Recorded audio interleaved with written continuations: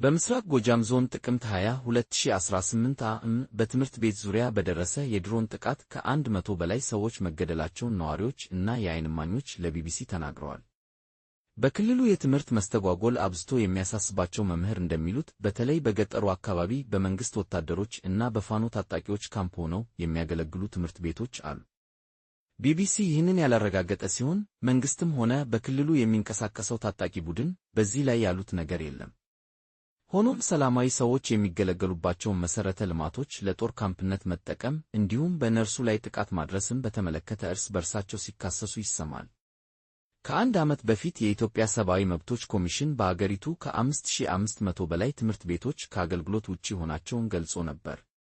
ከእነዚህ ትምህርት ቤቶች መካከል አብዛኞቹ በአማራ ክልል እንደሚገኙ የጠቀሰው ኮሚሽኑ በተፈጥሮ እና በሰው ሰራሽ አደጋዎች ከወደሙት በተጨማሪ በትጥቅ ግጭት ውስጥ ባሉ አካላት የጦር ካምፕ ሆነው